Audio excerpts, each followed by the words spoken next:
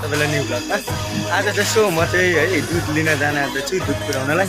So दुध पुऱ्याउन जाने बेलामा चाहिँ हाम्रो पहिला यहाँ हाम्रो चाहिँ भाडा मार्नुपर्छ दुधको। हाम्रो एकजना अङ्कलले चाहिँ भाडा मार्दै हुन्छ। सो उहाँले चाहिँ धेरै मिहिनेत गरेर हुन्छ दुधको लागि होइन। उहाँ चाहिँ हाम्रो अब दुध व्यापारी जस्तै एउटा अङ्कल हो।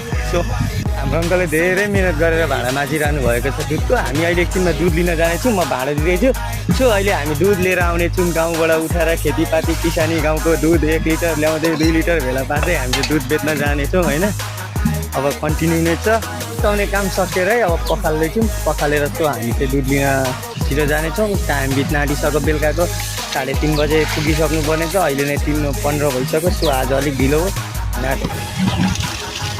म चाहिँ ट्याङ बोकेर सो फाइनली हिँडिसकेँ बाटोतिर। म चाहिँ अहिले कन्टिन्यू जाँदैछु है। अब दुध लिन जानुपर्ने छ। सो म चाहिँ अब यहाँ पहिला ट्यामी झुन्ड्याउनु पर्ने छ मैले होइन।